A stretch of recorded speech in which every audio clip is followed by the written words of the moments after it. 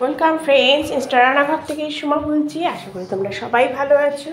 নিয়ে এসেছি লাবড়ার তরকারি। কালকে হচ্ছে লক্ষ্মী পুজো, তাই লাবড়ার তরকারি রেসিপিটা তোমাদের দেখাচ্ছি, দেখতে থাকো তোমরা। দিলাম হচ্ছে 5 ফোড়ন, আর হচ্ছে সব রকমের সবজি কিন্তু লাবড়ায় দেওয়া যায়, মোটামুটি সবাই জানো তোমরা।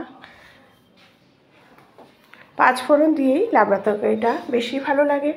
দিয়ে দিলাম 5 ফোড়ন। 5 ফোড়নটা দেওয়ার পরে আগে সবজিগুলো দিয়ে একটু নুন দিয়ে হালকা করে আমি ভেজে নিলাম তেলের মধ্যে। তারপরে আমি ঢাকনাটা সরিয়ে দিয়ে দিলাম জিরে আর ধনের গুঁড়ো, তার সাথে দিয়ে দিলাম কাঁচা লঙ্কা আর আদা, আর দিলাম হচ্ছে জিরে আর ধনের গুঁড়ো, কিন্তু মাস্ট দিতেই হবে। ভাজা মশলা দিলেও হয়, আবার না দিলেও হয়।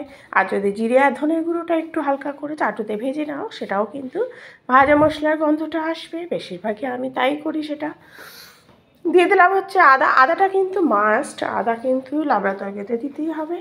দিয়ে একটু চিনি দিয়ে হালকা করে আমি ঢেকে রাখবো, কারণ হচ্ছে এতে কিন্তু যে জলটা বেরোবে তার মধ্যেই কিন্তু সেদ্ধ হয়ে লাবড়াটা খেতে বেশি ভালো লাগে। স্লাইড এই জন্য জল দিলাম, যাতে সব কিছু ভালো মতো মজে যায়।